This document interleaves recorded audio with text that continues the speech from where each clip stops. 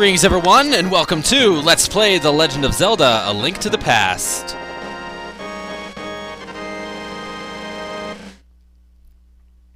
Now, I know you guys may be saying to yourself, I already seen you LP this not too long ago. Well, yeah, I'm doing it for real this time. That was kind of a joke. Our hero this time is Ferris. That was decided by the previous thread. Let's get some plot on.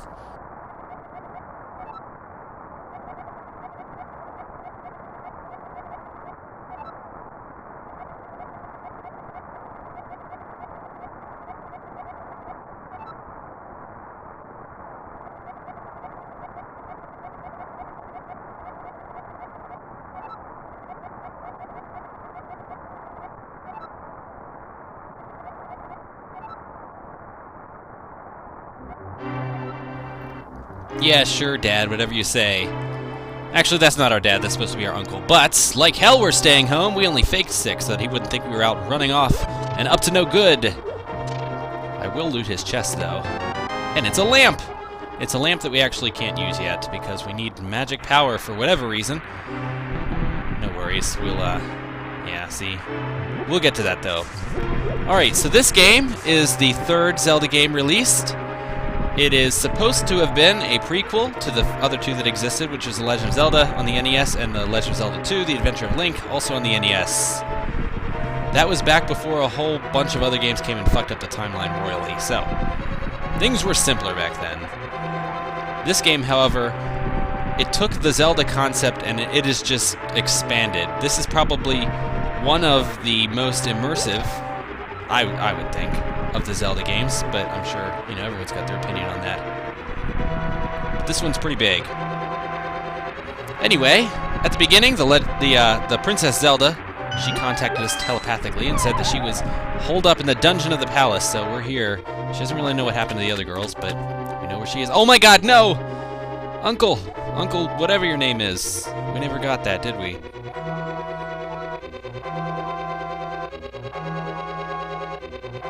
Okay, sure. So apparently our uncle climbed down here and decided to lean up on this wall and die. That's okay though, we'll take the sword and shield off his dead body and move on. And he was saying that Zelda is my something. I don't really know. Maybe she's my sister. I don't know. Alright, so the castle only has one really major type of enemy, and that's the soldiers. There's different kinds of soldiers though. The soldiers we just saw there have knives. They're pretty easy to deal with. As you can see, we got some magic power, so we can use the lamp. Awesome! Using the lamp uses magic power as it goes along, so obviously running out means no more fire.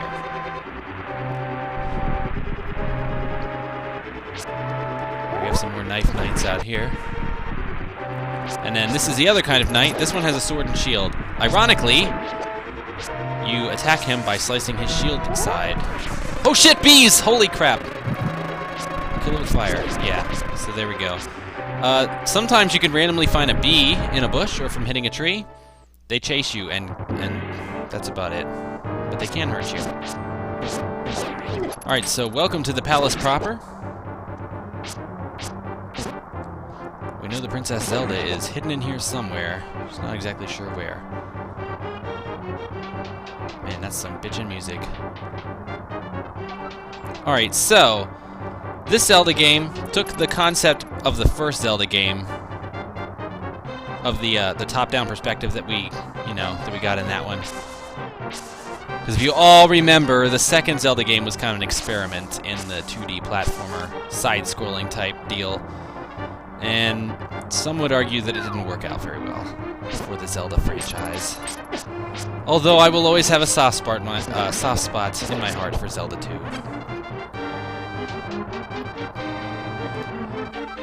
Link learns a lot of new moves in this game. We get the spin attack. This is the first time it shows up in the series. We can use it to kill a bunch of enemies that are surrounding us. If you hold your sword button down and charge it up, you spin. Pretty cool.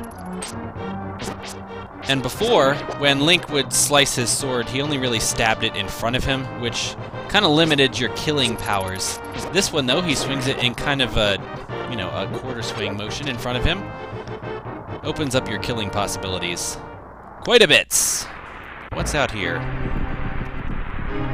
Ooh, Probably something behind that, magical seal. But fuck if we can get through there. Alright, well, I guess we'll have to come back to that at another time. That seal actually can't be broken without having a certain special item that we don't have yet, obviously, because we just started the goddamn game. Alright, another new trick that Link learned is picking up pots. And he can pick up bushes and all kinds of other stuff. In the first Zelda game, the only things he could really pick up, well, he couldn't really pick up anything, but he could push rocks. That's about it. So, there you go.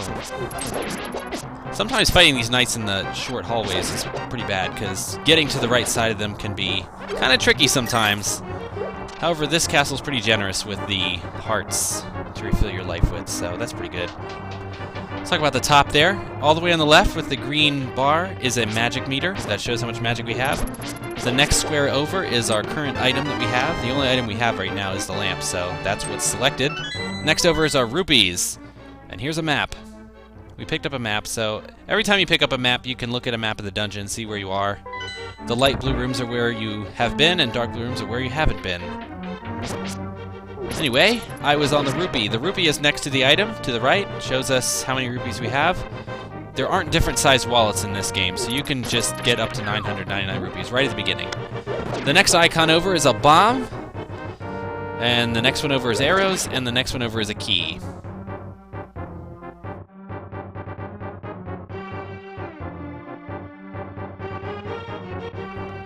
So unlike the first Zelda game, you don't use money for your arrows.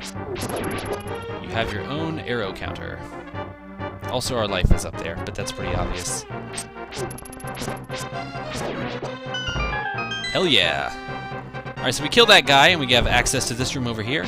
This contains a special item, the boomerang. You could call this the item of the first dungeon. Every dungeon in the Zelda game traditionally has an item that you can use, usually to progress to further items, or further dungeons. However, this dungeon's item is completely useless. You don't really need it. I mean, it's not useless per se, but it's not necessary. I'll leave it at that. It's used to stun enemies, which can be pretty handy, and we can upgrade it a little later on.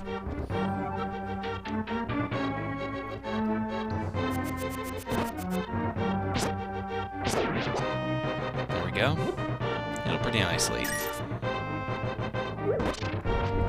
Alright, so this guy, you can fight him straight on, but I like to throw pots at him. It's much easier. You don't have to deal with his swinging mace, his flail, if you will. Alright, so we got the big key. The big key opens mainly the door to the boss's lair, but also other types of huge locks. And it's the princess! Hey, we've already saved Princess Zelda, so game over, right? Well, this is kind of where I ended it on my first playthrough. We're not going to do that this time. Yeah, I guess I understand. Whatever. Whatever just gets me out of here, please.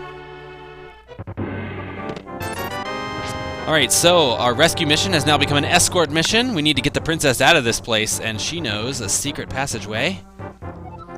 We're gonna find that secret passageway.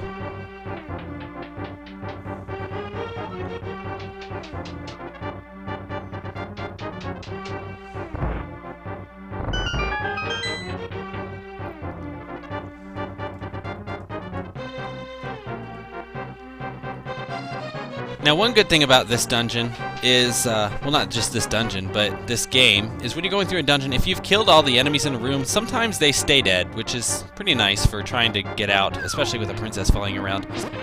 Doesn't really matter, though, because she can't take any damage. All she does is follow you around. And she doesn't even stop and squeal when you get hit. Like an Ocarina of Time.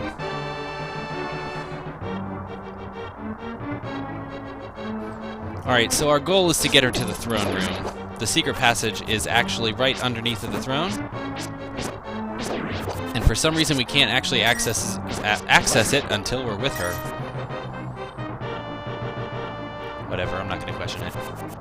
A lot of big, empty, useless rooms in this dungeon. I just said that! Were you not paying attention, princess? One good thing about this game is you don't have an annoying sidekick attached to your body. I will give it that much. However, there is going to be someone who's kind of helping us and guiding us along the way a little later, but you will only talk to that person whenever you kind of feel like it. He doesn't bug you and, you know, put you into a lot of pointless dialogue. Anyway, we're in the secret passageway behind the throne. It's dark in here. So we're using the Super Nintendo's dual layers, extra layers here. We can have a dark room with a flashlight. I guess our shield works kind of like a flashlight. But lighting up torches, obviously, will light up the room. The more you light, the brighter it gets. There's rats down here. They only take one hit, though. Not too deadly.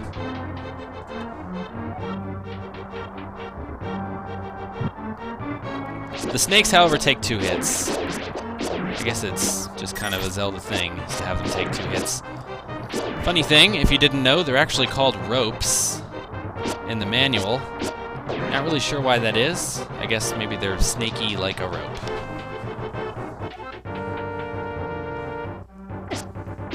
They're also dicks and will attack you from the dark. Bats are also in this game.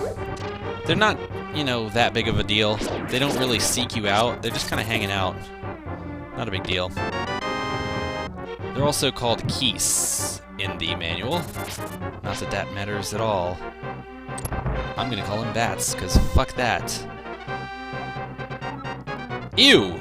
That's gross. We're in the sewers of the castle, apparently. There are rats everywhere. Rats can't travel in the water for whatever reason, so we can just stand here and kill them for easy money! Man, we're just getting rich. This is actually a good reason to save up a lot of money at the beginning here. There's going to be something we can purchase in the first town, and we need 100 rupees at least for it.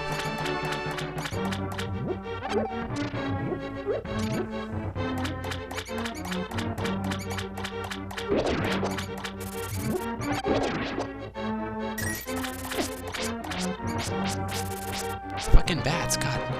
Alright, well, I will say that while the sword swinging radius is larger than the original Zelda game, it still doesn't hit very easily. When you're used to the very slick controls of the Oracle series and the Link to the Past and Minish Cap, you don't really realize how good you got it until you try and play a game like this, where your sword misses half the time.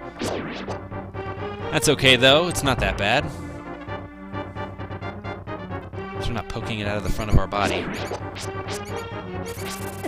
Alright, so there's some cracked walls down here. I guess we're gonna come back when we have some bombs!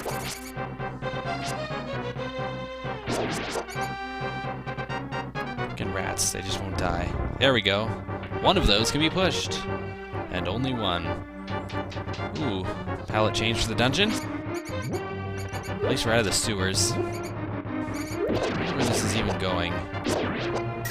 I'm sure she mentioned it. I wasn't paying attention!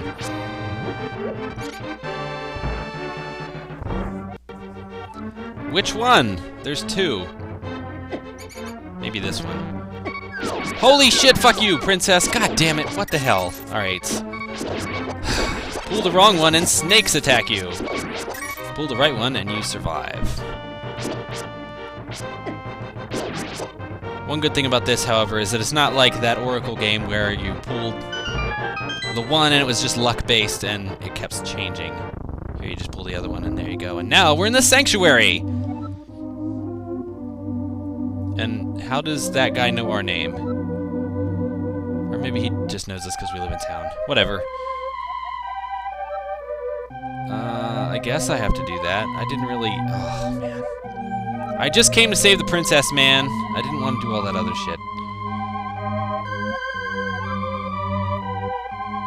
Yeah, so it's kind of weird, but your character is thrust right into the adventure, apparently. Just by saving the princess, you're pretty much qualified to save all of the other maidens. Problem is, the maidens are sealed in the Dark World, and we can't get to them yet, so I guess I understand. You grab a heart piece out of this chest. Heart pieces will add another heart to your life. Alright guys, that's going to be about enough for this time. I'll see you guys next time for some town exploring later.